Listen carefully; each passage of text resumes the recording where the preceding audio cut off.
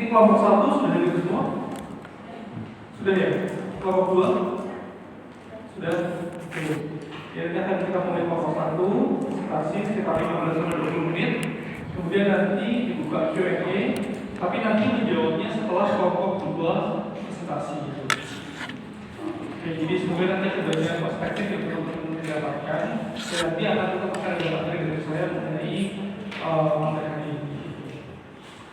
Oh ya, kemarin saya sempat ikutin ini nggak kuliah tamu dosen dari Filipina ya di Vietnam. Ada yang sempat itu? Enggak? Lah kemarin sebenarnya ini masih rangkaian acara kami gitu. Jadi selama 1 minggu gitu ya. Dari 1 minggu lalu itu kami mendapatkan dosen dari Filipina. Namanya itu adalah Pak Niko Dia.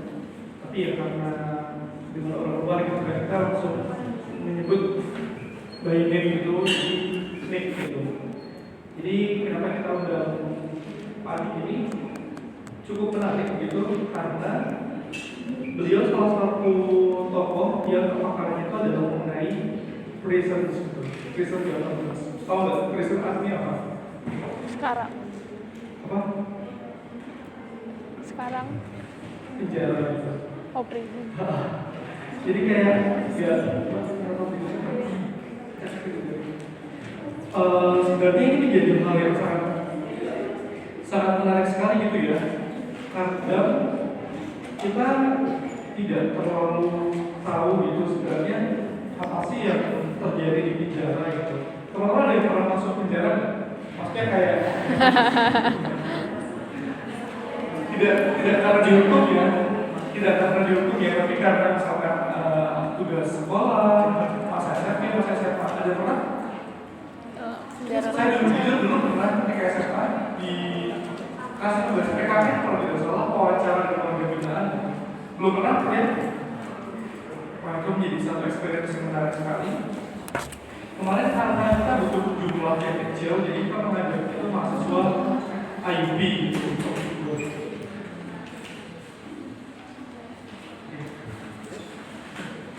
jadi kita mengajak mahasiswa IUP untuk ikut apa namanya? Jadi kita terjun langsung ke penjara kelas 1 Semarang, lapas laki-laki itu. Jadi kita banyak ngobrol di sana, terus kita ketemu dengan warga binaan gitu. Kalau bisa bayangin ya, berapa kapasitas standar dari satu lapas itu? Ada yang bisa tebak nggak? Berapa ratus kapasitas dari setiap penjara katakan di Semarang ini gitu? Ada yang bisa tebak berapa ratus? 300. 600. Jadi di Semarang ini satu lapas gitu ya. Lapas kelas itu kapasitasnya adalah 350. Tapi kalian bisa memprediksi nggak kira-kira berapa jumlah warga binaan atau narapidana yang kemudian dihukum dan dipenjarakan di kelas 1? Satu kapasitasnya 650, tapi diisi oleh berapa orang? 12.000. Berapa? 12.000. 400 lebih berapa? 400 lebih berapa? Kan kapasitas 400 tapi di sini berapa orang? 800 lebih 1.000. lebih 12.000. 1.800. Oh. Jadi kayak kalian bisa bayangin ya, satu blok itu kan isi berapa orang gitu. Tapi ternyata kan sedikit dari Filipina ya.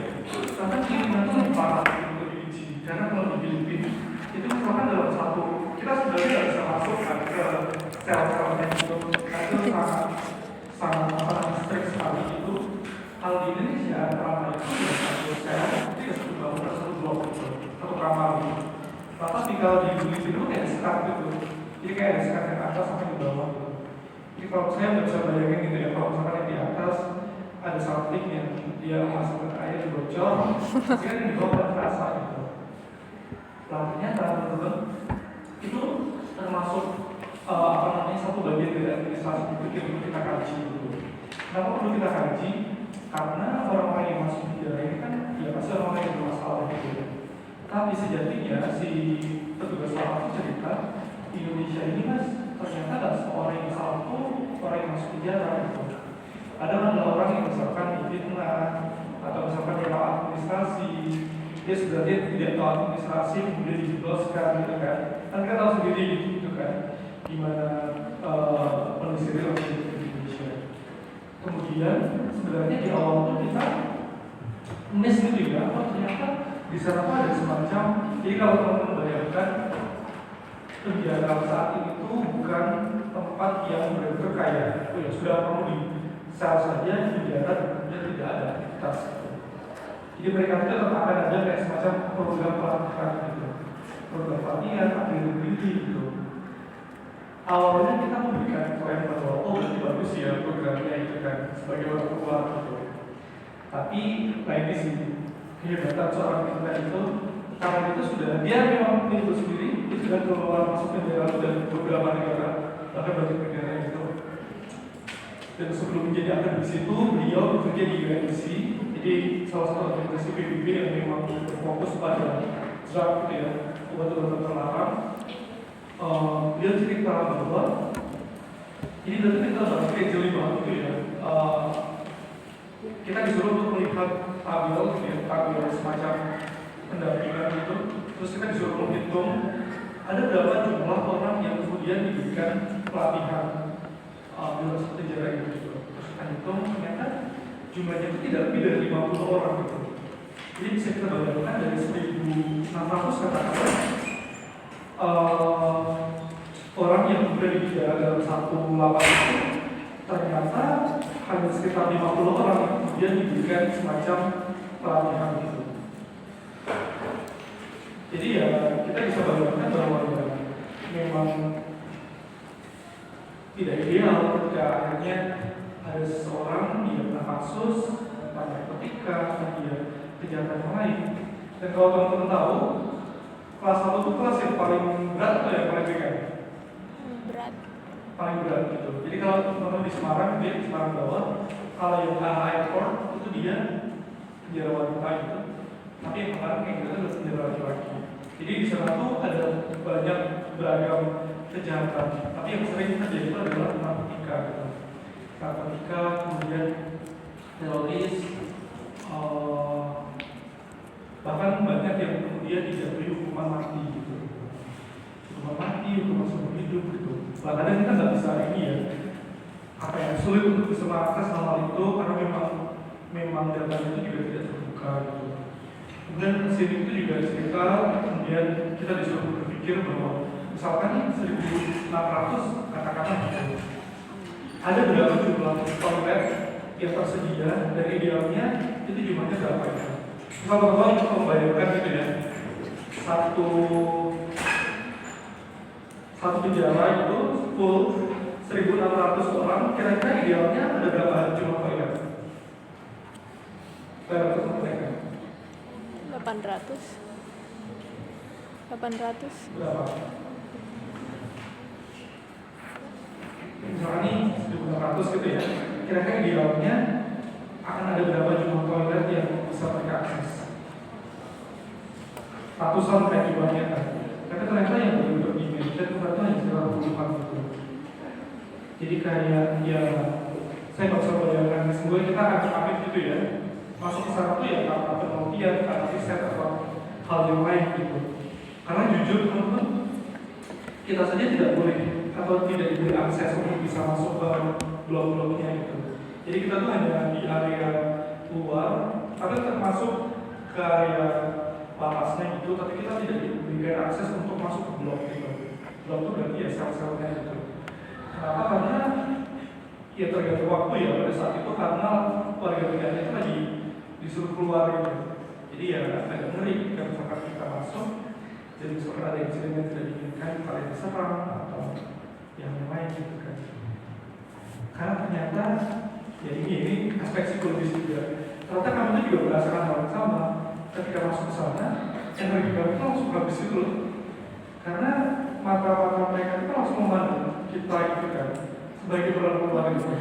Dan kalau yang laki-laki Kalau yang laki-laki itu kita harus yang kemarin saya ceritakan, kita harus menggunakan kalung. Jadi kita kayak kalungin gitu. Kalau yang perempuan kan enggak, karena kan itu penjara laki-laki kan. Jadi pada saat awal itu yang saya ceritakan kita juga kaget kenapa cuma yang laki-laki yang dikasih kalung gitu kan untuk masuk ke area itu, sedangkan yang perempuan enggak gitu. Terus si petugasnya bilang kalau yang laki-laki ini misalkan masuk ke itu kemudian kalung itu lepas, ya kemungkinan dikira terus lepas ketinggalan gitu. Jadi ya kalung itu tetap harus terus terpakai pada saat desain. Tapi ya singkat cerita kita menemukan banyak fenomena bahwa ya tata kelola kalau kita misalkan ini membahas terkait prison, ya itu suatu hal yang tidak mudah karena datanya juga tidak terbuka, akses juga gitu. Tapi mereka membuka diri kalau misalkan ada mahasiswa dari FISIP yang akan magang ke lapas gitu. Jadi kita kemarin ketemu satu kakak kalian, dia kata 2022 terus kenal sama Bulia gitu kan, siapa Bulia. Ternyata kan kalau di bawah imigrasi itu ada ini ya, jabatan PNS yang dia bisa di-apply menggunakan jasa SMA kan. Jadi dia merelakan untuk tidak lanjut kuliahnya tapi lolos PNS di sana. Itu salah satu pilihan yang sudah dia pilih sih. Oke, hari ini kita akan lanjut ke materi yang sebenarnya ini nyambung gitu dengan overview kita sebelumnya. Teman-teman akan membahas tentang pemimpin dan juga kepemimpinan yang saya harap teman-teman bisa menjelaskan dengan baik gitu sehingga kalian bisa paham terhadap apa yang disampaikan. Oke, untuk kelompok 1 sudah ada semua. Oke, untuk kelompok 1 bisa langsung cepat.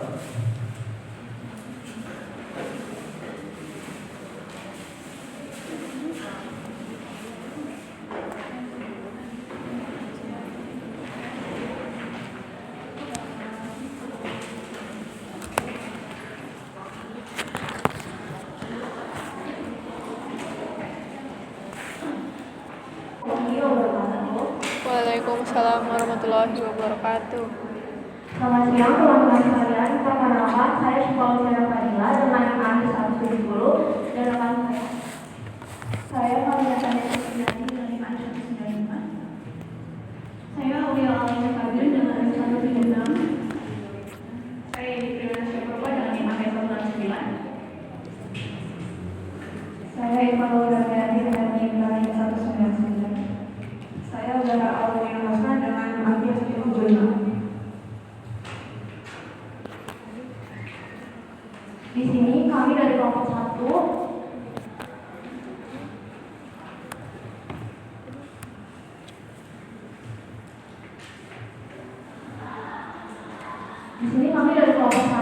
yang akan mempresentasikan terkait pemimpin sektor publik. Nah, pada kesempatan kali ini kelompok kami membawa kasus terkait dugaan korupsi yang dilakukan oleh Rektor Universitas Jenderal Sudirman.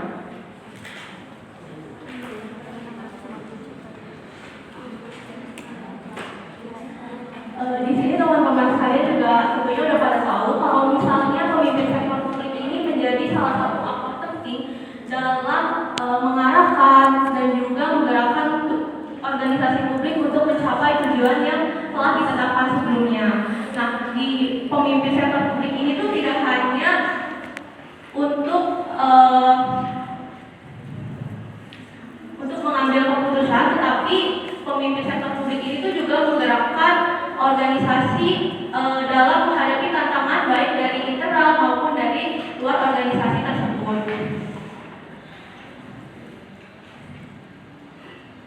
Selain itu, pemimpin ini tuh juga memastikan bahwa pelayanan publik dapat dicapai dengan efektif tanpa adanya pungli sebagai syarat untuk masyarakat ini tuh mendapatkan sebuah pelayanan publik. Dan di poin kedua ini, pemimpin sektor publik dituntut mampu mengelola organisasi, berkomunikasi, menggunakan sumber daya secara efisien, dan juga mengambil keputusan strategis. Nah, Nah, sebenarnya tuntutan ini tuh muncul dikarenakan adanya kebutuhan akan kepemimpinan publik yang efektif untuk menciptakan tata kelola organisasi yang kondusif, transparan, dan juga akuntabel sebagai bentuk implementasi dari good governance. Tapi kenyataannya tuh masih banyak sekali permasalahan yang ada di pemimpin sektor publik karena praktik korupsi, kolusi, dan nepotisme atau KKN yang biasa kita sebut itu tuh masih banyak dilakukan oleh seorang pemimpin sektor publik. Bahkan belakangan ini juga saya yakin teman-teman sekalian sudah tahu terkait berita dugaan korupsi penerimaan mahasiswa baru yang dilakukan oleh Rektor Universitas Jenderal Sudirman atau yang biasa kita sebut UNSUD, yang seharusnya di mana pemimpin sektor publik terutama dari lembaga pendidikan itu harus memberikan contoh yang baik terhadap mahasiswanya, terutama mahasiswa dari kampusnya sendiri kayak gitu. Karena supaya mahasiswanya ini tuh bisa kelak bisa menjadi pemimpin yang memiliki integritas. Tapi melalui kasus tersebut juga saya mengatakan bahwa adanya penyalahgunaan wewenang yang didasari oleh lemahnya tata kelola organisasi dan juga sistem pengawasan kelembagaan. Dan di kasus ini tuh juga sebenarnya tidak hanya berdampak pada mahasiswa yang bersangkutan saja, tetapi juga dapat menurunkan kepercayaan masyarakat kepada integritas perguruan tinggi yang untuk menyelenggarakan pelayanan publik terutama di bidang pendidikan.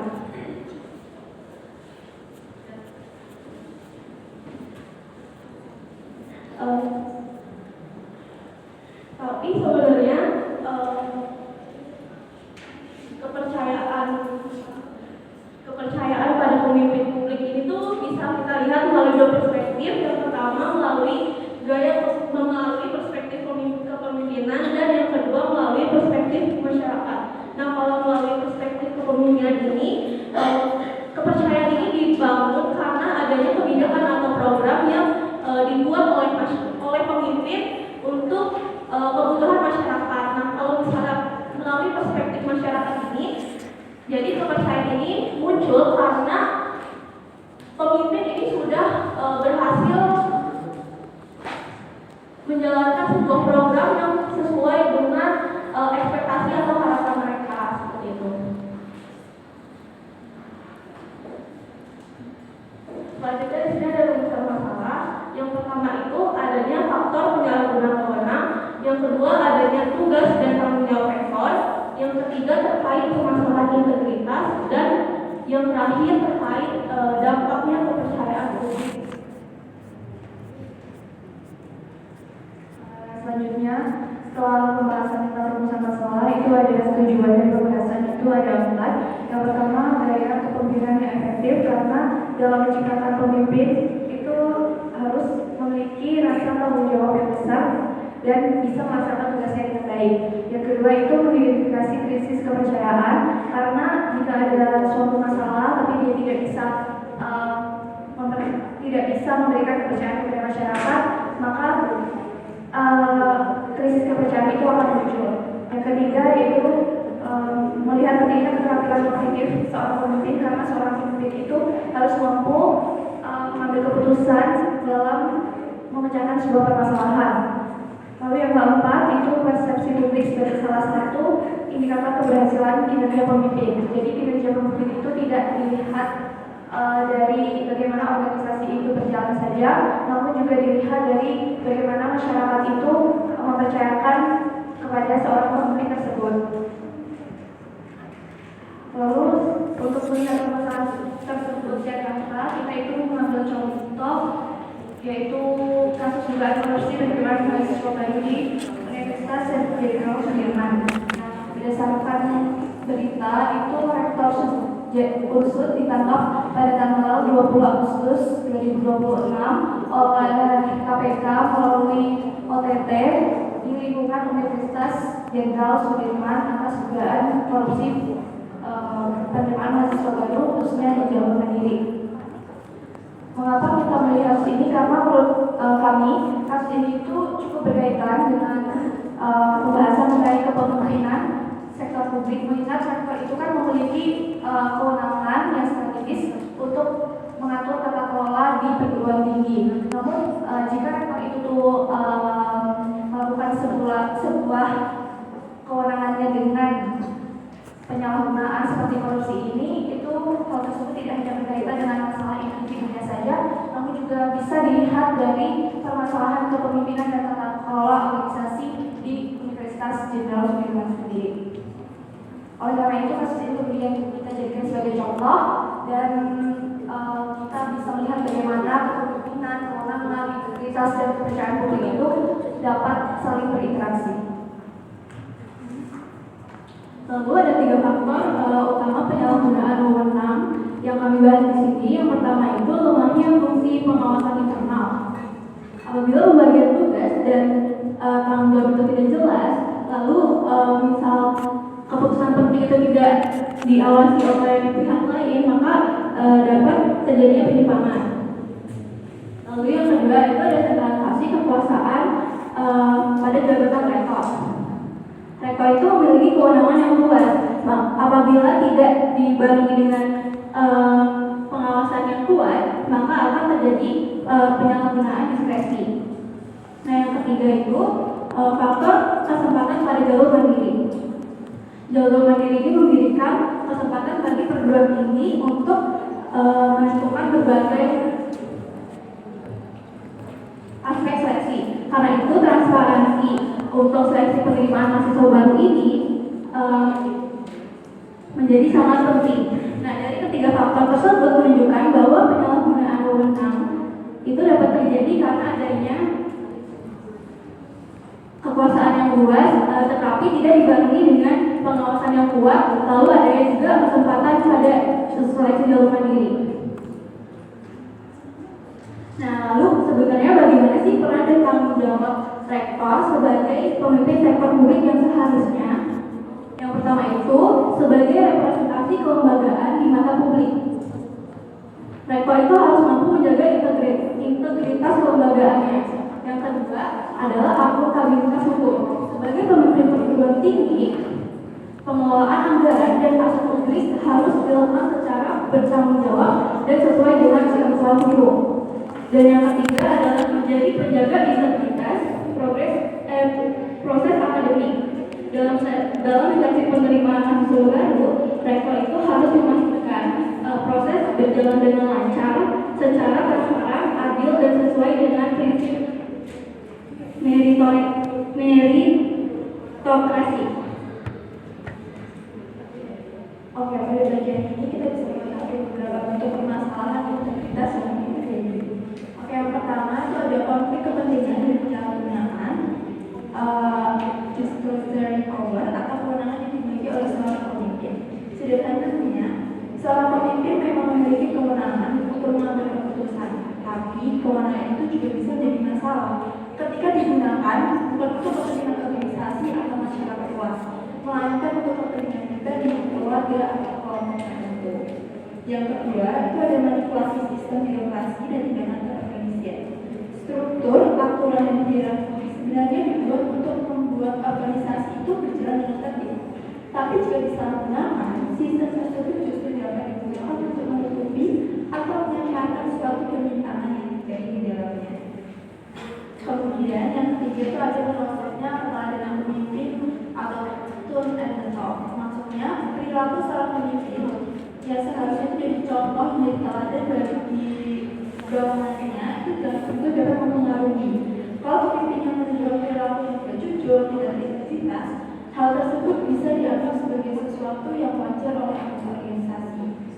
Jadi bisa dikatakan bahwa integritas organisasi sangat dipengaruhi oleh integritas pemimpinnya.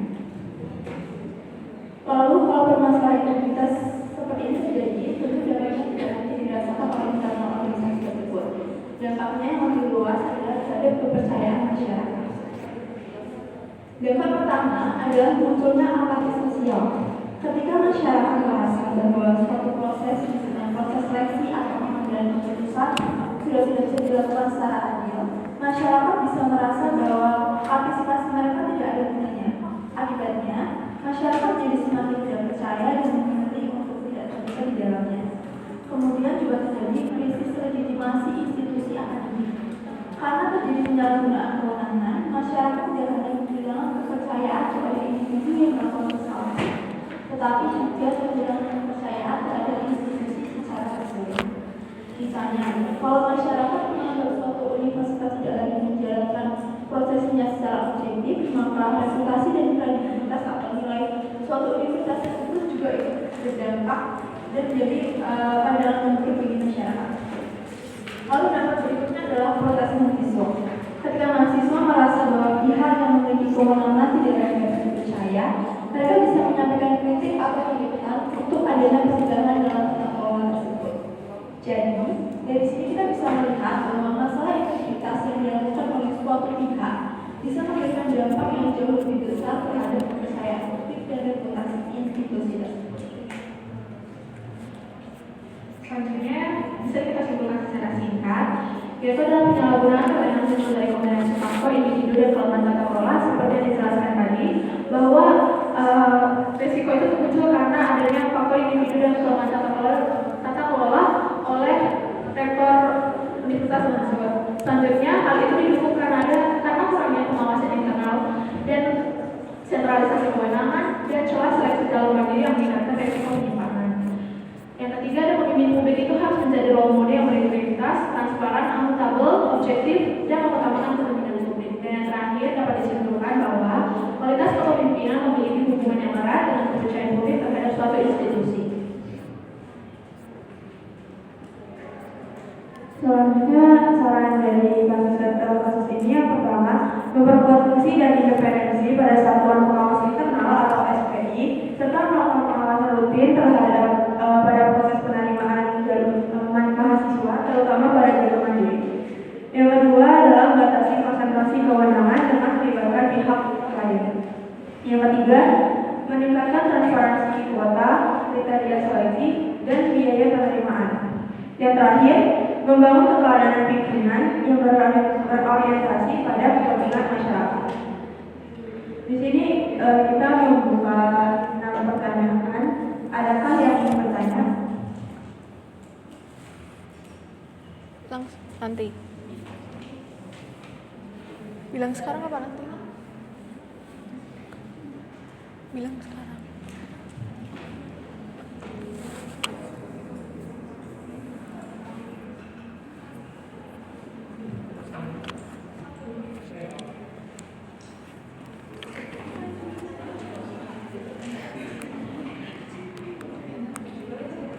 Sekarang.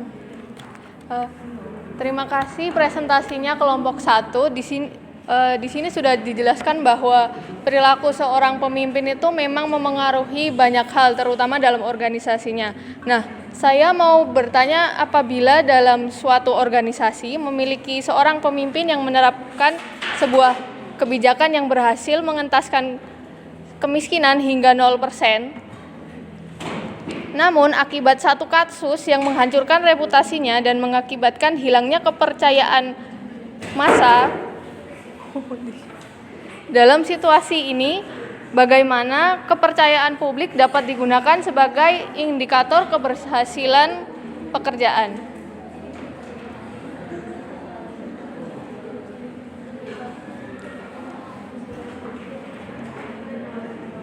Baik, ada yang ingin bertanya lagi?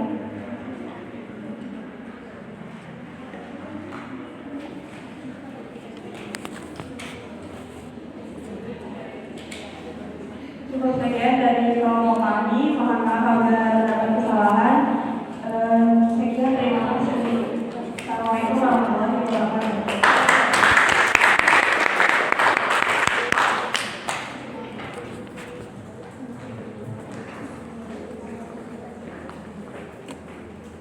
Bisa dilanjut ya, kelompok 2.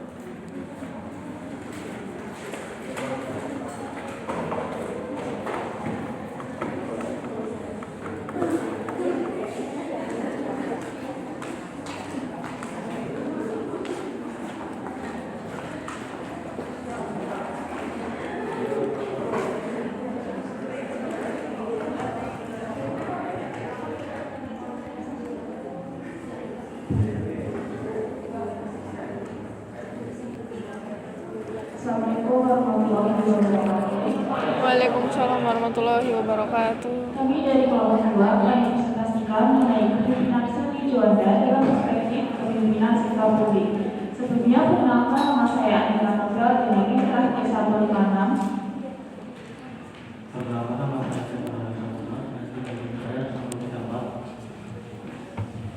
Perkenalkan nama saya Fadila Hidayah dengan NKRI 159. Saya Dewa dengan yang akhir 145. Saya Nandi dengan yang terakhir 149. Saya Muhammad Nasifai dengan terakhir 152. Saya Fadila dengan yang terakhir 147.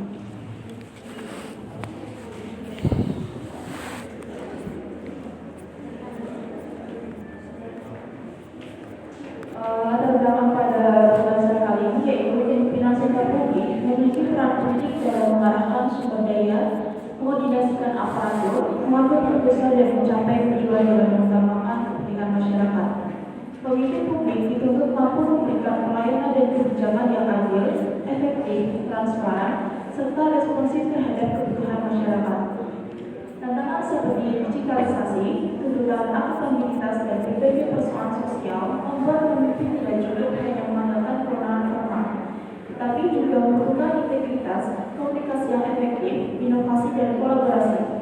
Dalam konteks tersebut, Seni Juanda dapat kita kaji sebagai contoh praktik kepemimpinan sektor publik melalui komunikasi terbuka, keterlibatan masyarakat, pemanfaatan teknologi, pengambilan keputusan serta orientasi terhadap kesejahteraan masyarakat. Selanjutnya ada konsep dasar pemimpin dan kepemimpinan.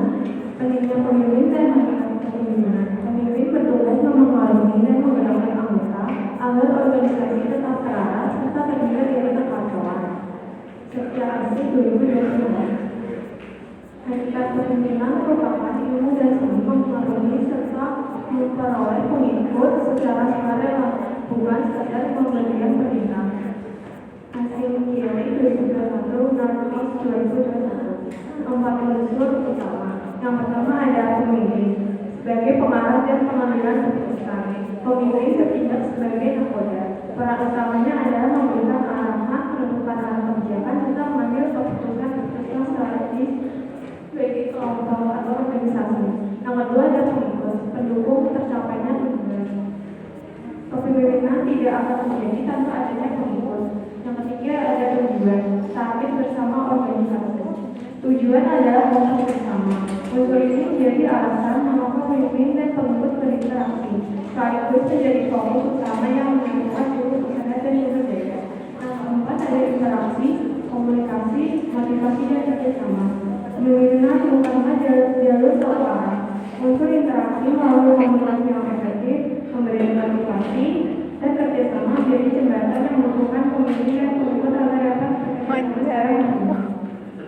Enggak nyangka gue.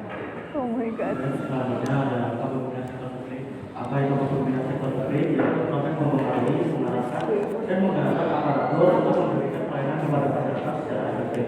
Berbeda dengan sektor bisnis, pemimpin publik itu mengutamakan kepentingan rakyat sebagai public servant atau pelayan masyarakat, sehingga keberhasilannya bukan hanya diukur dari pencapaian akhir, tetapi dari kualitas dan manfaat yang diberikan kepada masyarakat. Yang selanjutnya ada karakteristik kepemimpinan sektor publik. Yang pertama, berorientasi pada pelayanan publik, yaitu artinya segala keputusan dan kebijakan yang diambil oleh pemimpin itu harus berdasarkan dan mengutamakan kepentingan masyarakat, bukan hanya kepentingan pribadi atau kepentingan kelompok tertentu. Yang kedua ada akuntabilitas tinggi, yaitu setiap pemimpin harus dapat bertanggung jawab di setiap kebijakan kepada masyarakat. Yang ketiga, transparansi dan etika, yaitu proses pengambilan keputusan dan pengelolaan sumber daya publik itu harus terbuka dan bisa diawasi oleh masyarakat. Yang keempat, efektif dan inovatif. Pemimpin sekarang dituntut untuk berinvestasi dengan cepat, misalnya dengan adanya program teknologi atau kebutuhan masyarakat yang semakin beragam. Yang kelima, partisipatif dan transformasional, yaitu pemimpin publik yang baik melibatkan masyarakat dalam proses pengambilan keputusan. Yang tentunya ada tujuan. Yang pertama ada pelayanan berkualitas, yang kedua kepercayaan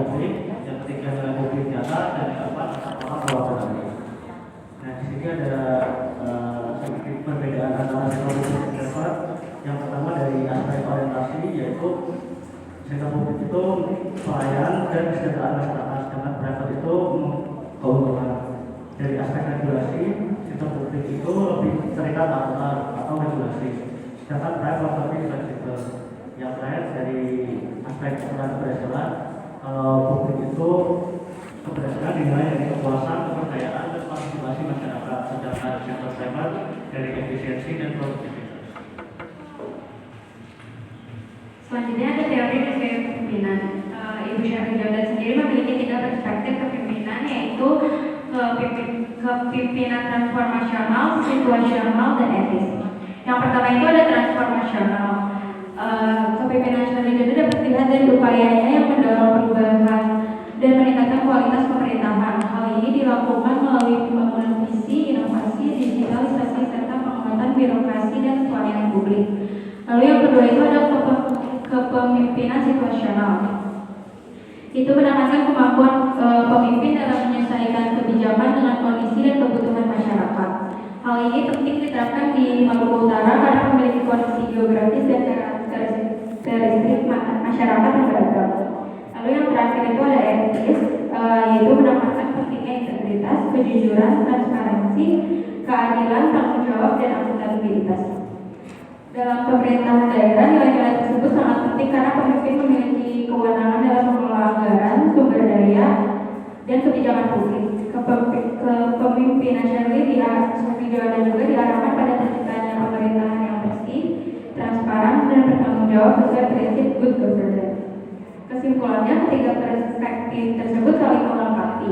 Kepemimpinan transformasional berperan dalam mendorong perubahan dan inovasi, situasional dalam menyesuaikan kebijakan dengan kondisi masyarakat, sedangkan kepemimpinan etis memastikan seluruh proses pemerintahan tetap berlandaskan integritas dan kepentingan publik.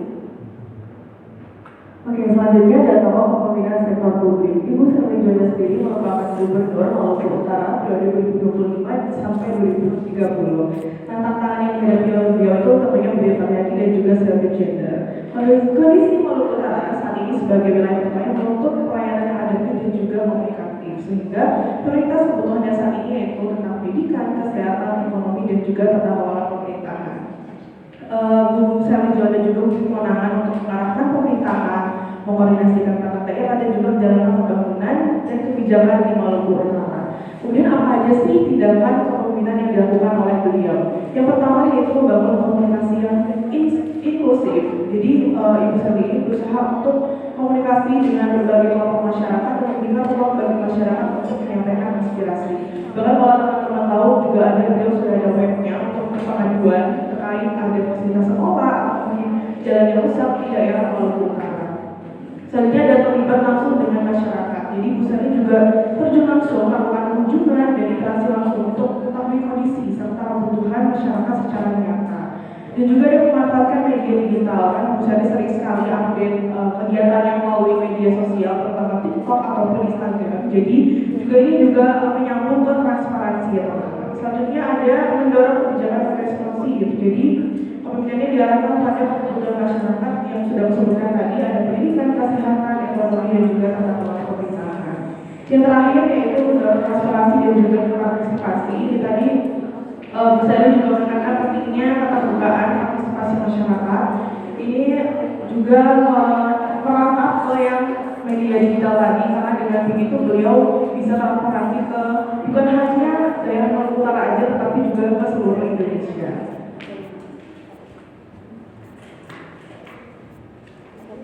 Lalu yang berikutnya ada analisis praktik kepemimpinan.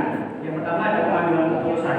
Jadi Bu Shirley Jordan ini memadukan kebijakan berdasarkan RPJMD atau Rencana Pembangunan Jangka Menengah Daerah dengan aspirasi dan kondisinya ke masyarakat.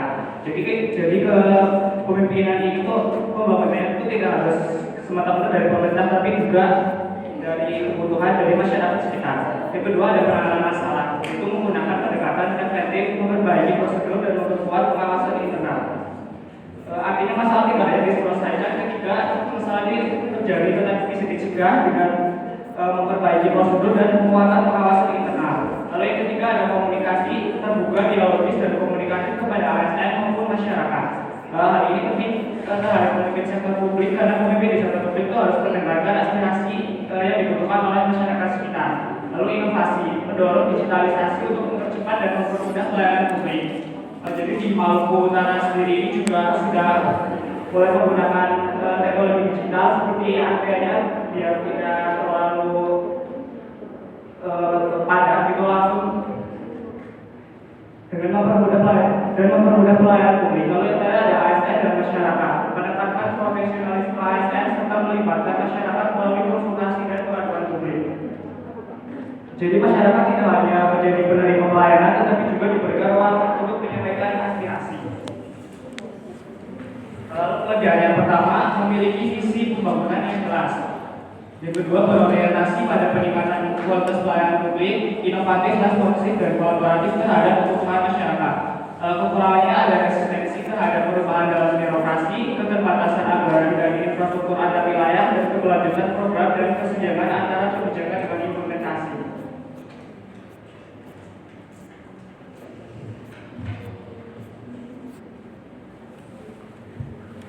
Selanjutnya yaitu dampak dan pembelajaran dari praktik kepemimpinan yang telah diterapkan oleh Ibu Shirley Juanda. Yang pertama yaitu dampak bagi organisasi. Kepemimpinan yang responsif dan komunikatif dapat meningkatkan pemahaman pegawai terhadap tugas dan tanggung jawabnya sehingga kinerja dalam organisasi bisa menjadi lebih baik. Selanjutnya, pemanfaatan media dan teknologi digital dapat menjadi bentuk inovasi yang membantu meningkatkan transparansi, mempercepat penyampaian informasi, serta mempermudah masyarakat dalam mendapatkan informasi. Selanjutnya, dalam budaya organisasi, kepemimpinan yang terbuka dapat mendorong terciptanya budaya kerja yang lebih partisipatif, inklusif, dan komunikatif, sehingga para anggota dapat berkontribusi secara langsung dalam penyampaian ide dan juga pendapat. Dalam efektivitas kerja, organisasi yang lebih berorientasi pada hasil dan kebutuhan masyarakat dapat menjadi program dan pekerjaan dapat dilakukan dan untuk memberikan pelayanan yang lebih efektif dan bermanfaat bagi masyarakat, dapat meningkatkan kualitas pelayanan publik melalui keterbukaan informasi dan inovasi digital. Kepemimpinan yang responsif terhadap kebutuhan dan aspirasi masyarakat dapat meningkatkan kepuasan karena masyarakat merasa didengar, diperhatikan, dan dilibatkan dalam semua proses pemerintahan.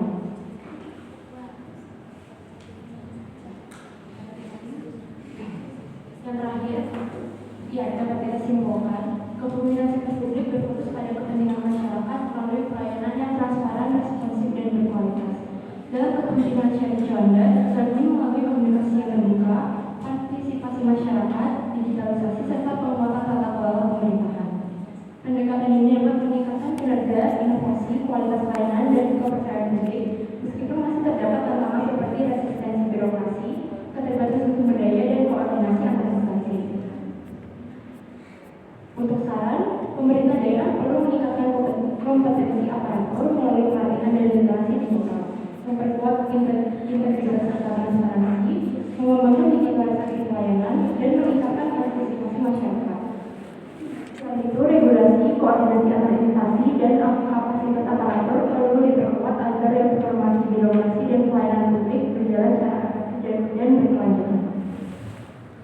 Oke, selanjutnya di sini kita ada sedikit question buat teman-teman yang boleh jawab melalui OPP yang akan dibagikan. Boleh jawab. Jadi nanti teman-teman boleh jawab 5 pertanyaan dari kita. Nanti yang 3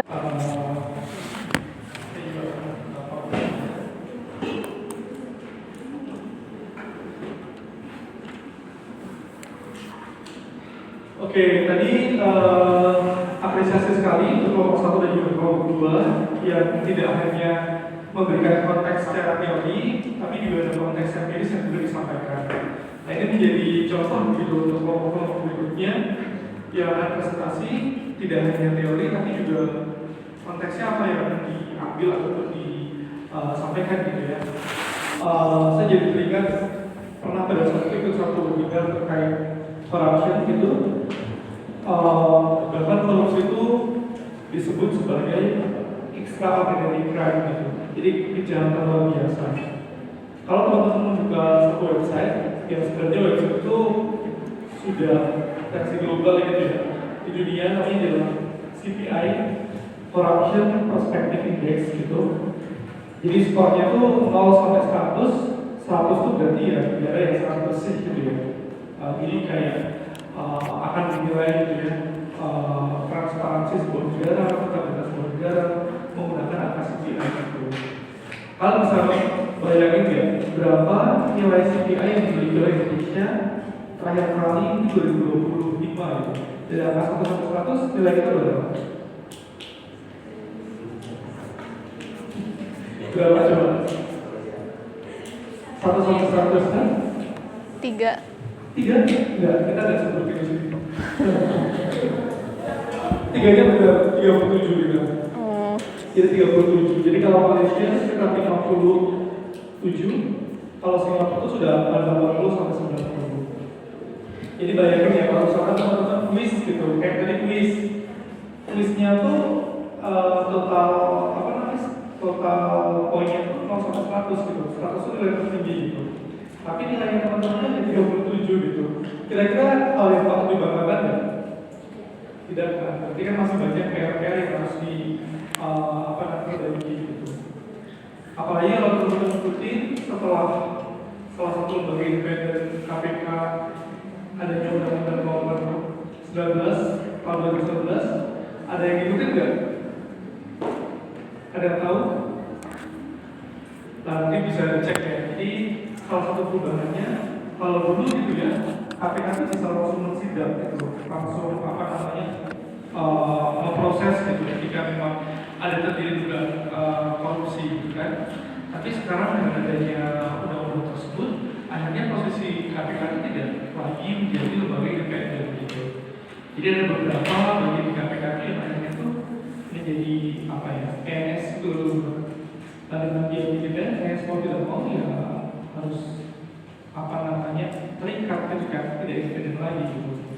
Kalau dulu misalnya teman-teman sering dengar gitu ya, pas era apa namanya 2018, 2017 gitu, sebelum adanya undang-undang itu, kita sering sekali mendengar gitu kan, oh banyak kasus korup gitu ya. Dulu pas era novel gitu ya, novel Baswedan gitu. Jadi pada saat itu banyak sekali kasus-kasus yang kemudian bisa terselesaikan dengan KPK gitu.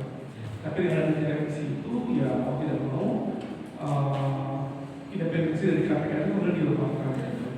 Ini menjadi satu cerminan yang sebenarnya tidak bagus gitu ya kalau kita berbicara mengenai tadi transparansi dan juga akuntabilitas. Karena tadi yang kita anggap misalkan universitas gitu ya, lembaga suci gitu, ternyata juga menyimpan hal-hal yang tidak diinginkan seperti yang tadi disampaikan poin 1, yaitu rektor dari unsur gitu kan melalui jalur-jalurnya gitu. Apalagi sekarang dengan adanya kebijakan PTNBH, universitas bisa mengambil ataupun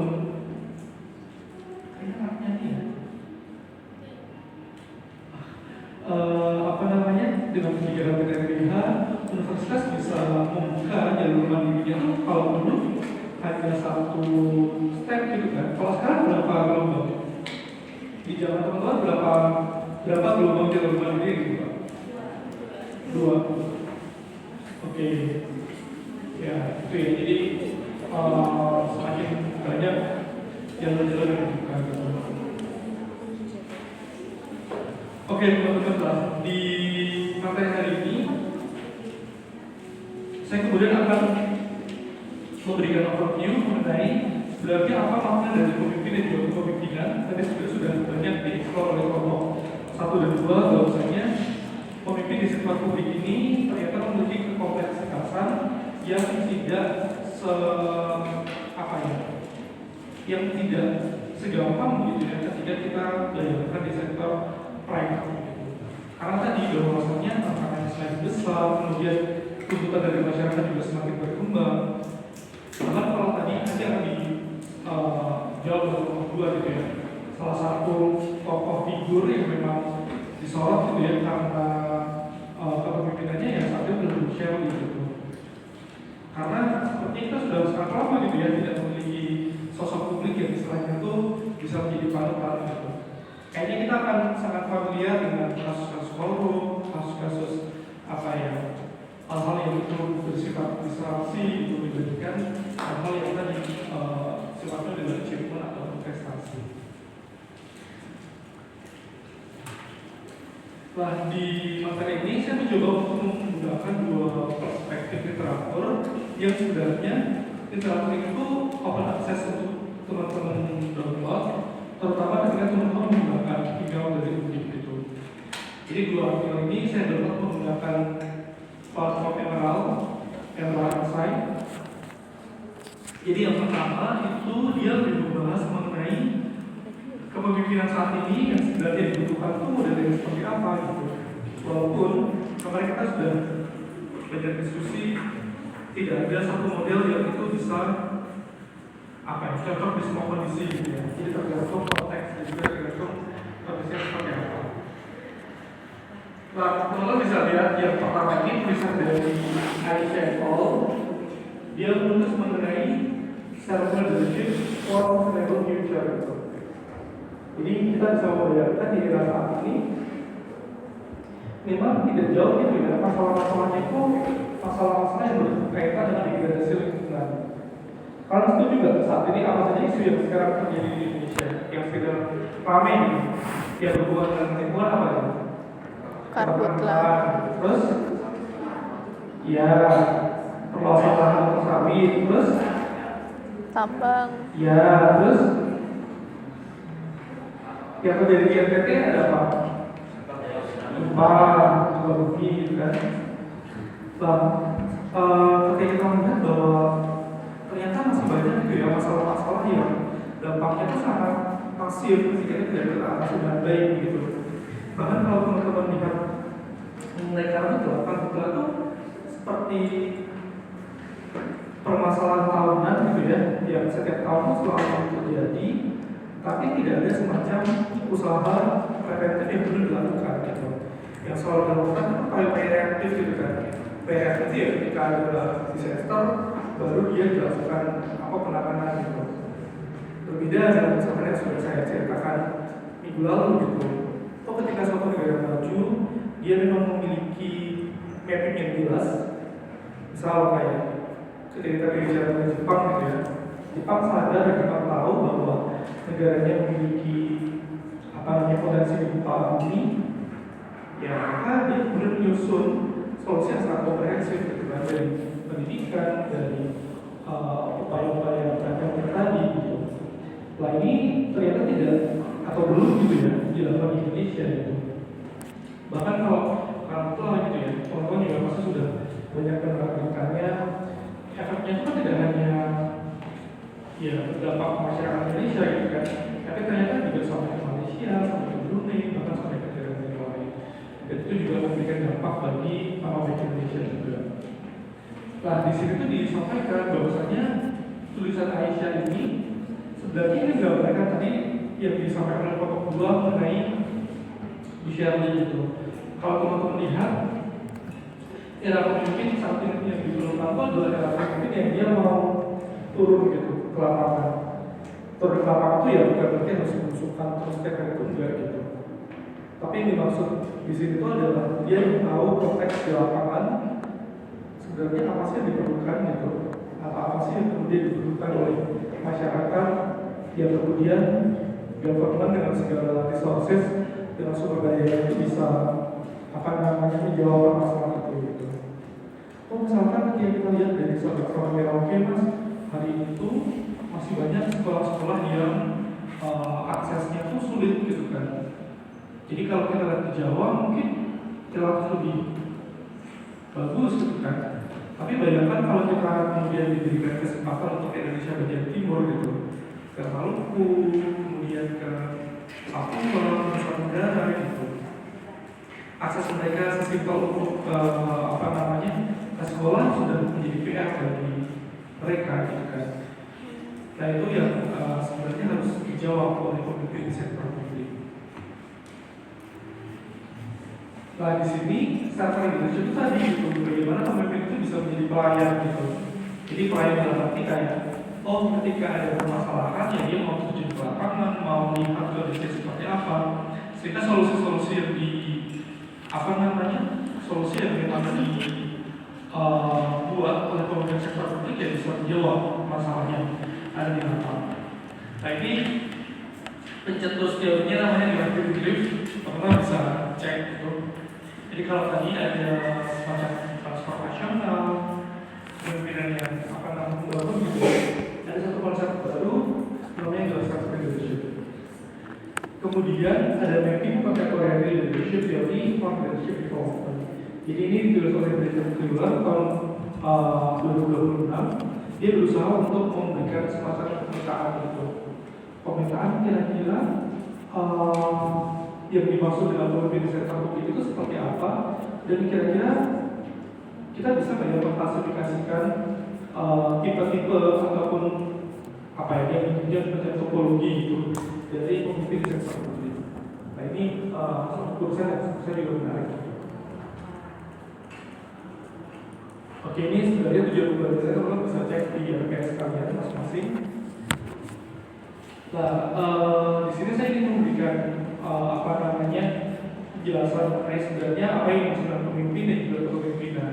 Walaupun sebenarnya sudah kita spill di pertemuan minggu lalu. Maksudnya kalau pemimpin ya individu yang memegang peran gitu ya, atau otoritas gitu.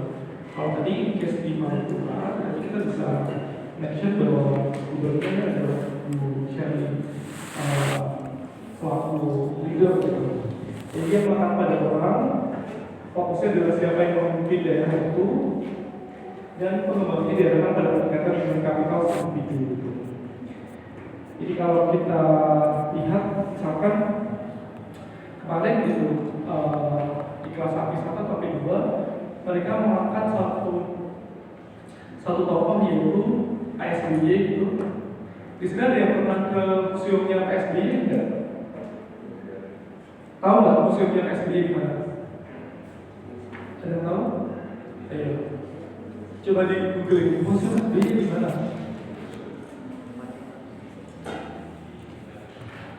Di Tumalang. Oh. Pacitan, Pacitan. Jadi saya sangat merekomendasikan dari Pacitan ya. Pacitan dari ya. Ini rata-rata dari bangsa asalnya Semarang aja. Kenapa? Jakarta. Oh, kan oke teman-teman, jadi saya mau mengangkat terkait PSB ya. Jadi kalau teman-teman punya kesempatan, sangat rekomendasi sekali ketika teman-teman main ke Pacitan dan kemudian masuk ke museumnya PSBY gitu. Kenapa?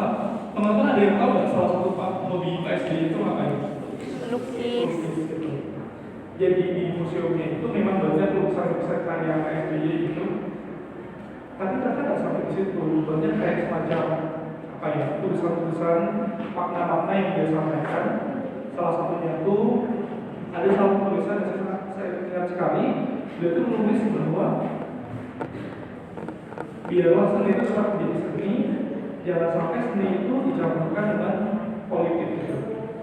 Jadi salah satu investment gitu ya yang dilakukan oleh PSB itu adalah dengan melukis. Terus ada yang tahu nggak salah satu hobinya istrinya PSBY Bu Ani itu apa? Karena menulis motret gitu kan. Ini beliau membawa kamera bermotret. Nah ternyata teman-teman ini tuh ada banyak romantis, tapi menurut saya juga keren. Jadi hasil potretan dari Bu Ani itu sebagian besar itu dilukis oleh PSBY. Jadi kayak misalnya tuh ada semacam milik museumnya, apa namanya dalam hasil karya Bu Ani dan hasil karya PSBY gitu.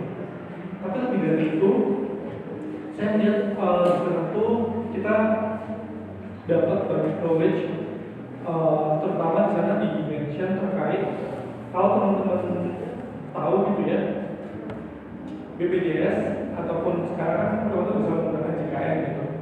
Kebijakan JKN atau BPJS itu pertama kali dikeluarkan di era Pak SBY gitu.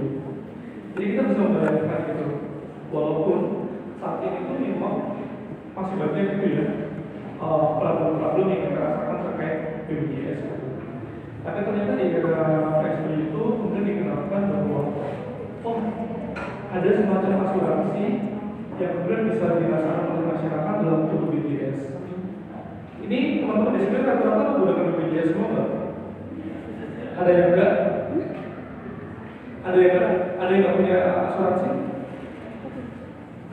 Punya semua ya? Lah, saya sangat menyarankan sekali gitu ya, kalau karena teman-teman sudah mahasiswa gitu, jauh dari keluarga juga, asuransi itu jadi satu hal yang sangat penting gitu. Karena beberapa kali misalkan teman-teman mau apply beasiswa bekerja biasanya ditanya apakah sudah punya asuransi atau belum.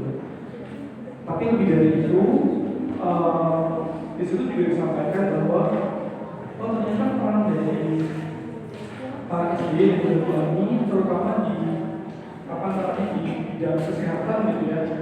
Ini mungkin buat Bapak gitu.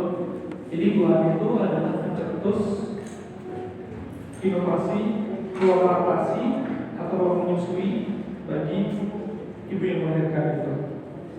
Jadi kita bisa membayangkan gitu ya, sosok pemimpin yang itu bisa detail gitu. Misalkan dalam kerja gitu, tetapi pasti akan kerja gitu ya. Tapi di tempat kerja kalian itu nggak pernah dipikirkan bahwa ternyata harus ada lebih ruang menyusui gitu. Lalu itu sudah dipikirkan oleh Bu Ani melalui inovasi-inovasi yang dilakukan gitu. Jadi yang dimaksud di sini gitu ya, pengembangan jaringan pada tinggal yang berkapital individu.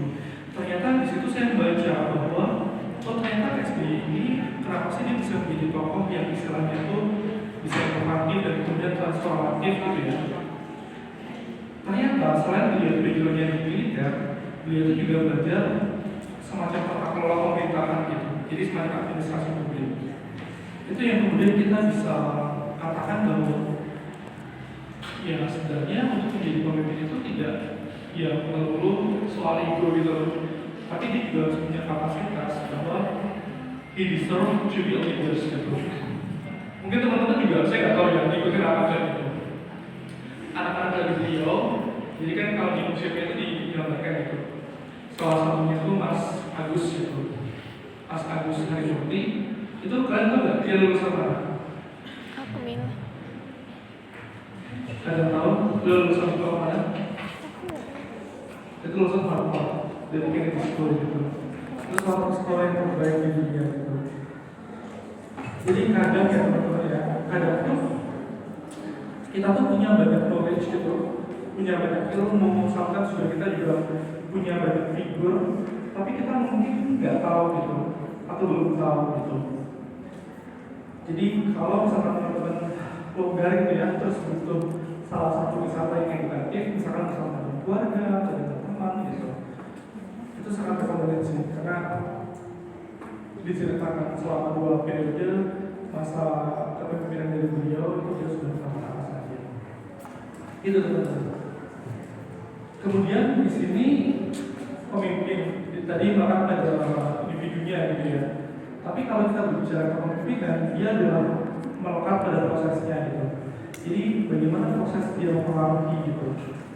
Oh tadi kalau misalkan bicara gitu ya, dia menggunakan metode untuk bisa terjun ke lapangan. Kemudian juga dia juga tegas juga ketika ada satu problem yang terjadi di lapangan gitu. Jadi itu yang sebenarnya diinginkan oleh publik di dalam masyarakat. Jadi melekat pada proses, kemudian fokusnya adalah bagaimana peran dan tujuan itu tercipta, serta pengembangan itu diarahkan pada kegiatan sosial kapital dari kelompok. Jadi saya pada satu pernah juga mendengar salah satu interview dari Bu Charlie, dia cerita bahwa Maluku Utara itu adalah salah satu daerah yang sumber daya alamnya itu banyak gitu kan, termasuk tambang dan sebagainya gitu. Tapi selama itu banyak daerah-daerah di Indonesia yang ternyata dia itu adalah penghasil tambang gitu ya, tapi masyarakat itu tidak sejahtera gitu. Bahkan dia menggambarkan terkait kondisi sekolah di sana, kondisi jalan, akses jalan sana yang masih jelek gitu. Jadi ini sebenarnya juga menarik untuk dianalisis oleh teman-teman administrasi publik gitu ya.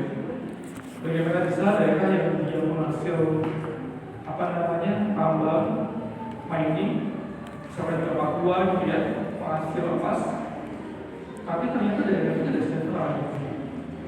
Jadi ini bisa menjadi refleksi kita bersama. Oke, nah ini contoh yang paling gampang yang sering kalian hadapi, misalkan sebagai pemimpin, misalkan kalian ditunjuk menjadi ketua panitia ataupun ketua organisasi gitu.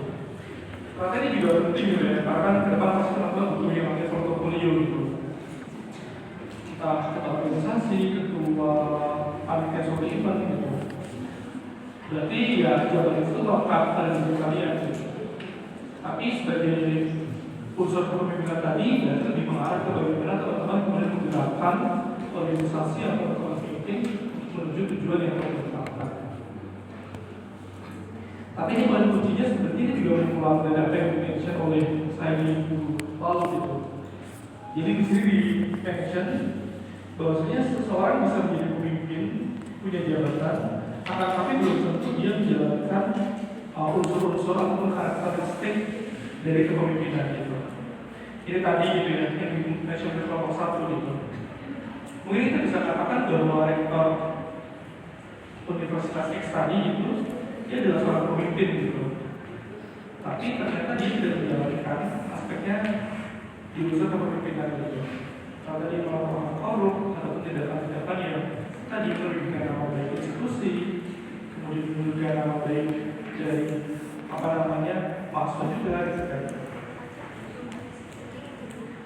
Nah di sini sebaliknya kita bisa menjadi atau memiliki karakter kepemimpinan karena dia memiliki jabatan formal sebagai pemimpin. Nah ini tadi yang disampaikan oleh PWL tahun 2026, terutama mengenai mapping leadership in contemporary condition. Jadi yang pertama itu adalah ontologi tripartite. Ini yang sering terjadi. Jadi di sini kalau teman-teman lihat pemimpin dia memiliki followers, kemudian memiliki pengikut, kemudian dari pemimpin ini dia pasti memiliki sebuah goals, tujuan bersama yang di-achieve gitu.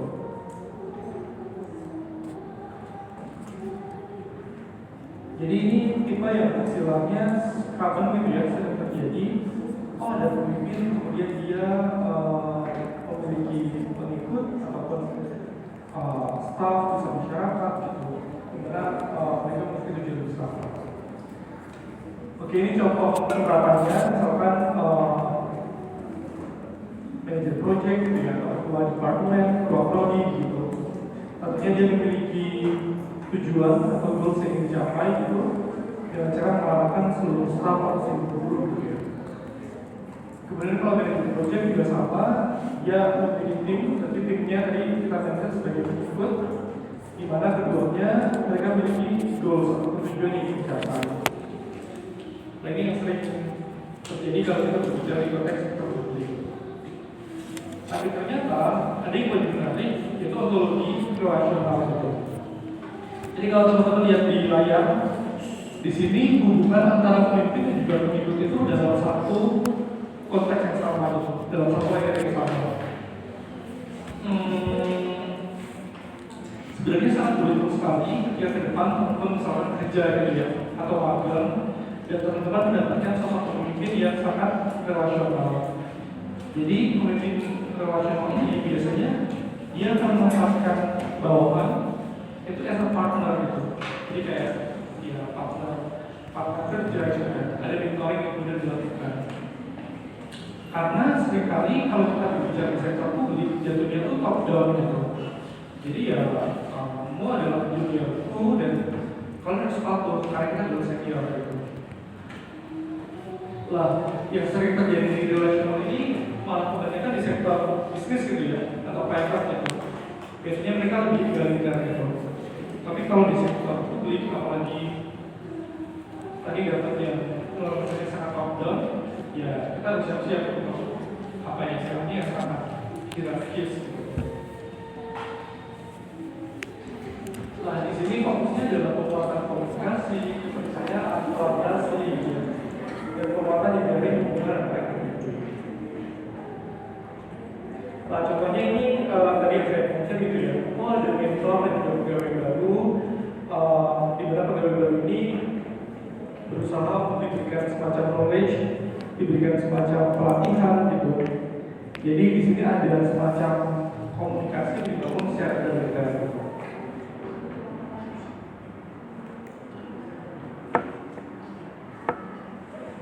Oke, kemudian yang terakhir ini adalah ontologi prosesual atau prosesual yang dimaksud oleh keyword ini. Setiap keputusan yang diambil itu harus didiskusikan dan berasal dari interaksi kelompok, tidak hanya satu individu. Jadi kalau teman-teman lihat di sini ada banyak aktor yang terlibat, di mana aktor-aktor itu saling berdiskusi gitu ya untuk mendapatkan suatu keputusan atau konsensus. Yang paling gampang dan paling lihat itu adalah musyawarah desa, walaupun sebenarnya di Indonesia di situ ada project IT gitu ya. Di sini ada yang pernah dengar musyawarah desa atau musrembang? Pernah? Ada yang pernah terlibat? Belum. Di desa atau di kelurahan kalian pernah ikut musrembang?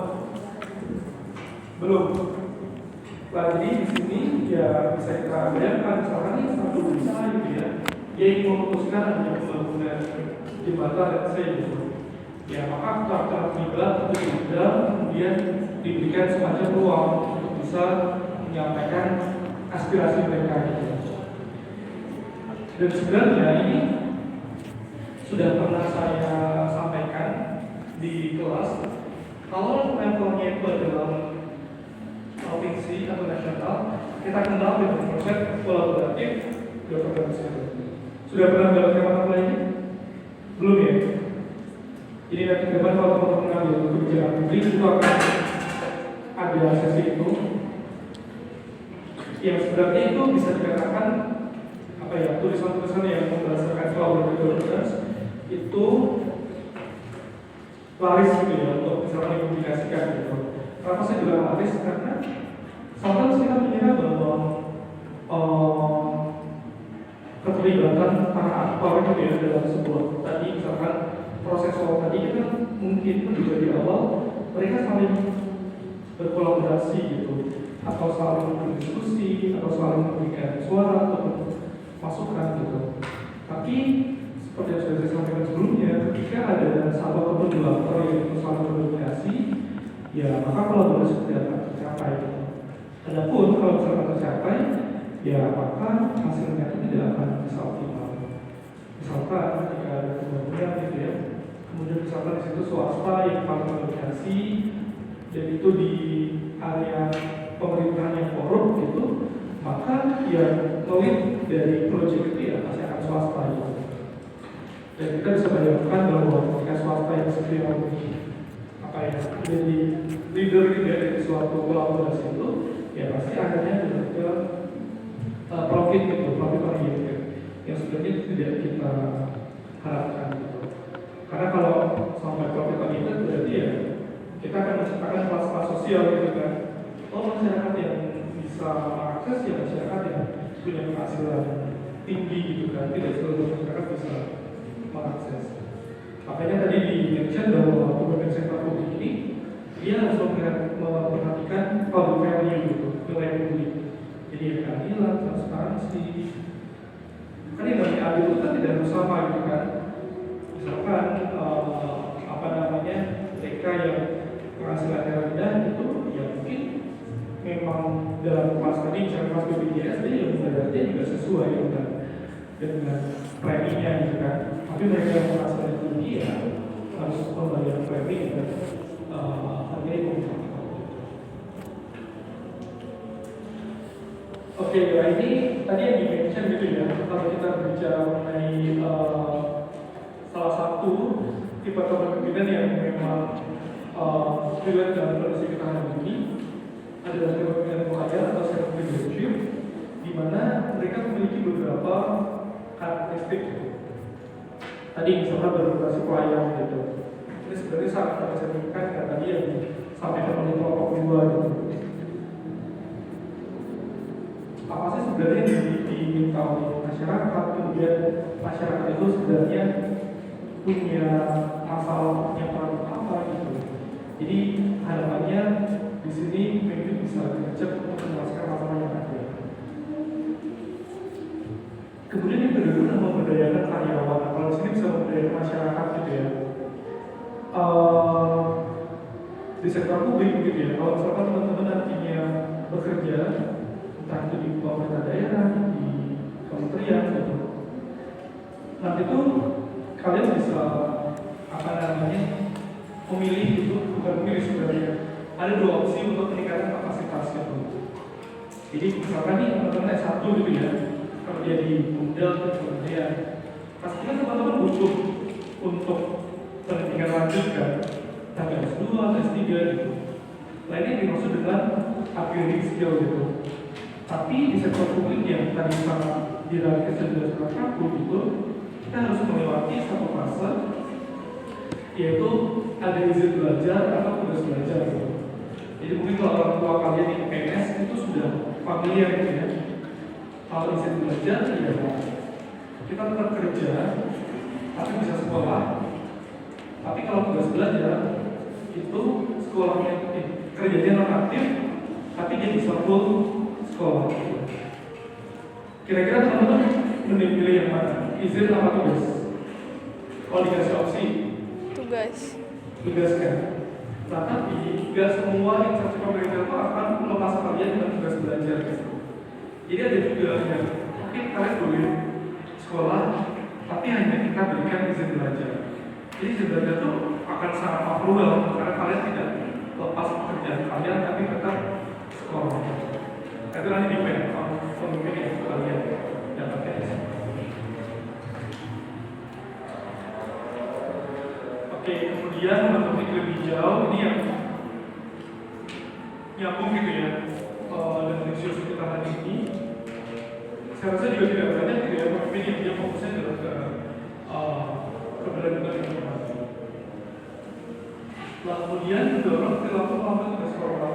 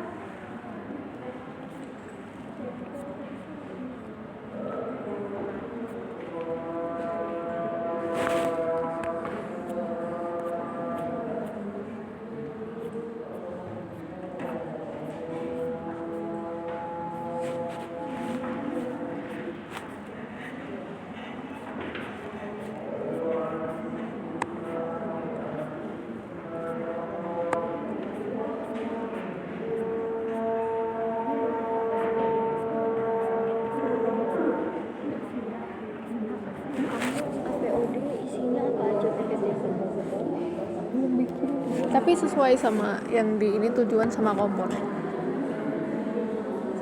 Kemana itu yang di PPT? Iya, yang tabel-tabel itu loh. Katanya dikirim nggak? Udah aku kirim sih. Kamu masuknya Kamu tahu kan yang mana?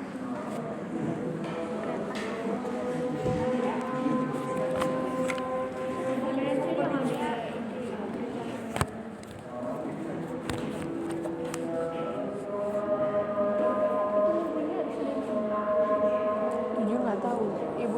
Aku nggak tahu ibunya nanti pilihnya gimana. Nah itu masalahnya.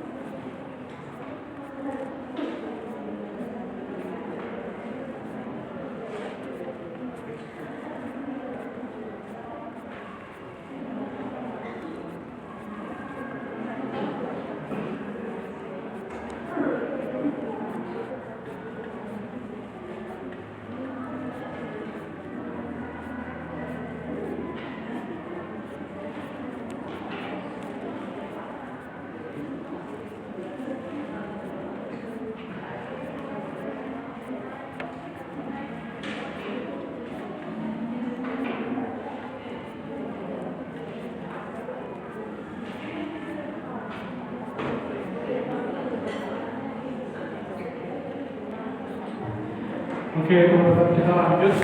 Jadi yang nomor 1 ini sebenarnya ini ditulis oleh Cleaver. Dia menyampaikan bahwa ada poin mendorong perilaku melampaui tugas formal. Jadi di sini tuh dibayangkan ketika misalkan kita mendapatkan pemimpin yang tadi mengayomi, mendengarkan, empati gitu ya. Di sini ternyata staf-stafnya itu akhirnya tuh mau untuk melampaui tugas sesuai dengan standar gitu. Misal gitu ya, oh harusnya kerja itu dari jam 8 sampai jam 4 gitu. Tapi dengan ada sekarang itu tadi, ternyata para pekerjanya itu mau gitu untuk kerja lebih dari jam 4 gitu, sampai jam 6, sampai jam 7 gitu. Karena mereka merasa bahwa apa yang mereka kerjakan itu adalah bagian dari upgrading diri gitu. Tapi ya lagi ya, ini kan kondisi ideal yang ditulis oleh menggunakan konsep self-management gitu. Tapi ketika nanti misalkan di lapangan gitu ya, teman-teman magang dan menemukan satu mentor gitu ya, satu leader yang dia memang punya karakter leadership, adalah untuk terakhir itu tadi mendorong perilaku untuk melampaui tugas-tugas.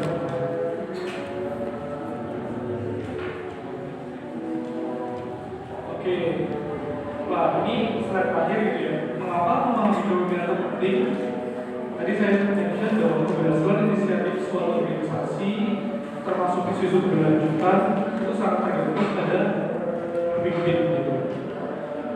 Jadi misalkan hari ini gitu ya, banyak problem terkait bencana alam, terkait lingkungan gitu. Ya di sini pemimpin sektor publik itu dituntut gitu untuk bisa memecahkan masalah-masalah yang ada. Karena ya mau tidak mau gitu kan, mereka yang memiliki power kualifikasi untuk bisa menyelesaikan permasalahan yang ada di lapangan. Kemudian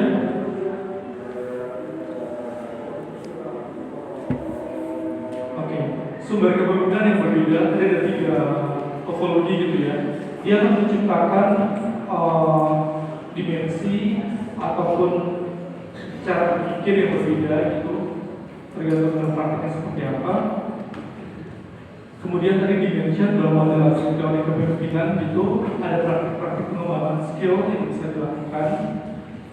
Yang ini tadi saya berikan contoh ada belajar gitu. Kemudian di sini pemimpin yang potensial kegiatan efektif yang dimention adalah self-leadership tadi ternyata mampu memberdayakan pengikutnya untuk bertindak melampaui tugas formal demi tujuan bersama. Nah ini poin terakhir ini sebenarnya yang di mention gitu ya oleh si Cleaver gitu, bahwasanya ketika pemimpin itu bisa efektif, bisa mengayomi gitu, ini akan memberikan dampak yang positif bagi pengikut tidak melakukan tugas formal bersama.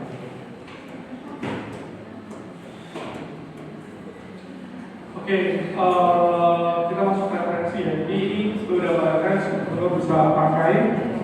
Pertama 2 referensi di atas itu bisa teman-teman akses, open akses di apa namanya Catalog itu, dan itu gratis. Oke, ini karena kelas belajarnya nyanyi ya, jadi saya terganggu sebenarnya. Tapi ya, sudah kita mendapatkan kelas belajar. Apa ya? Tapi ini gue udah sama orangnya. Ada ya, aku yang kayaknya satu gitu ada nggak sih?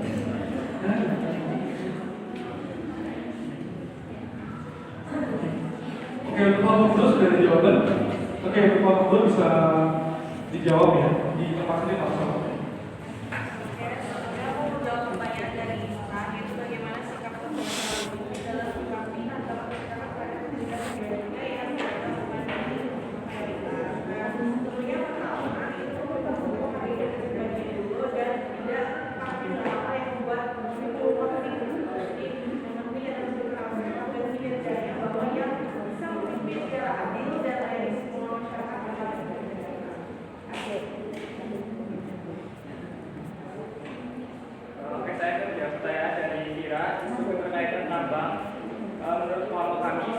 pemimpin daerah yang memiliki kepentingan ekonomi itu di suatu sektor harus lebih transparan dan menjaga jarak dari proses pengambilan keputusan. Kepentingan pribadi tidak boleh mempengaruhi kebijakan pemerintah. Caranya dengan membuat informasi yang relevan, melibatkan lembaga pengawasan masyarakat, serta mengutamakan kepentingan publik berdasarkan aturan dan data. Jadi yang dinilai bukan hanya siapa yang memiliki kepentingan, tetapi bagaimana pemimpin memastikan keputusan tetap adil, objektif, dan dapat dipertanggungjawabkan.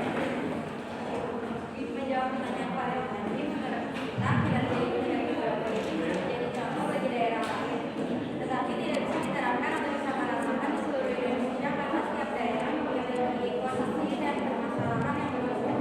Yang dapat diterapkan adalah nilai kepemimpinannya serta responsif, transparan, berintegritas, dan inovatif. Namun penerapannya tetap harus disesuaikan dengan kebutuhan dan karakteristik masing-masing daerah agar kebijakan yang dibuat benar-benar efektif bagi masyarakat.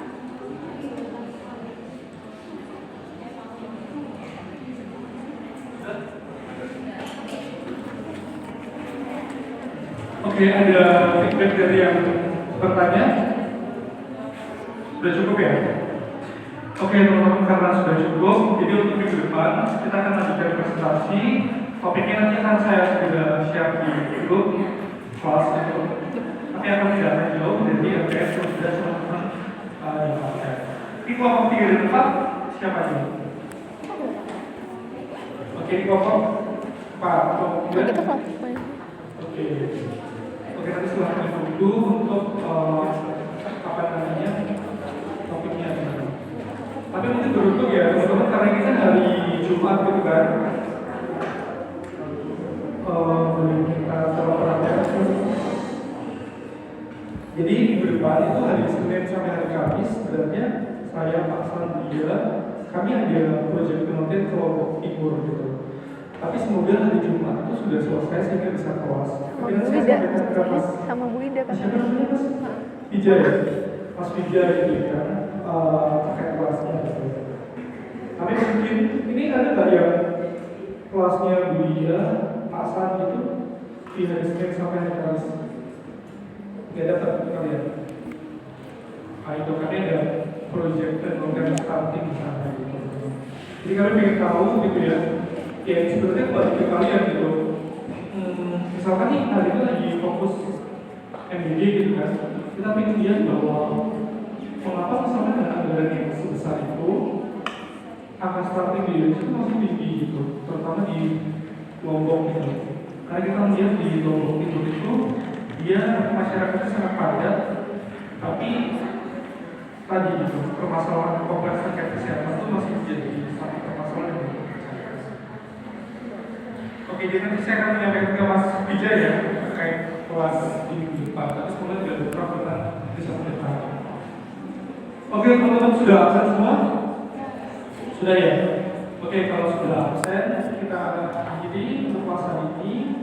Selamat weekend. Ini sudah tidak Mas? Tidak ada. Oke, selamat weekend buat teman-teman. Saya akhiri untuk kelas hari ini. Assalamualaikum warahmatullahi wabarakatuh. Terima kasih Pak.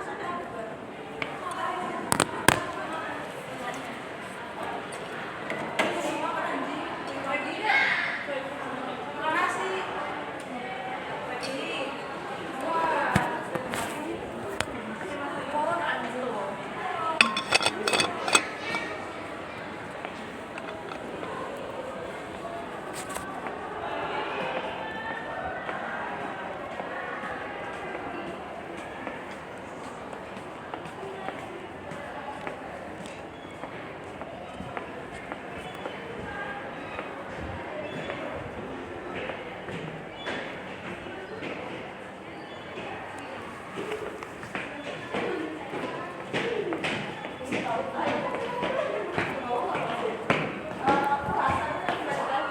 kenapa dia nggak naik motor ya? Dia malah jalan anjir. Biar ini nggak bolak-balik.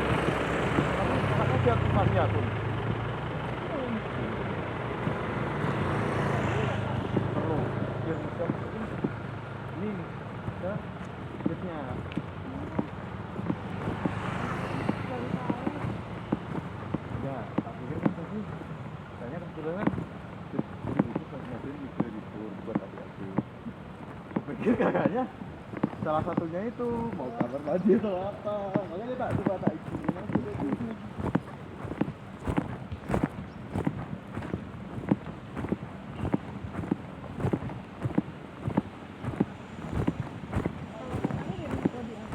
Dulu perpustakaan informasi. Oke ya.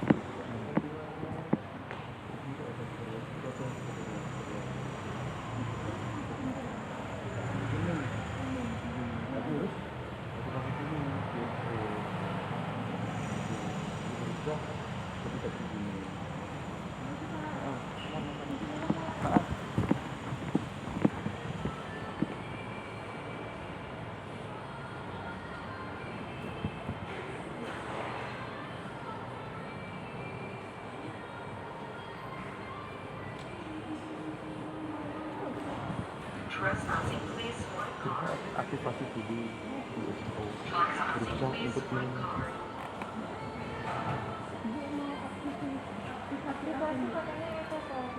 Pakainya HP kamu, Mbak.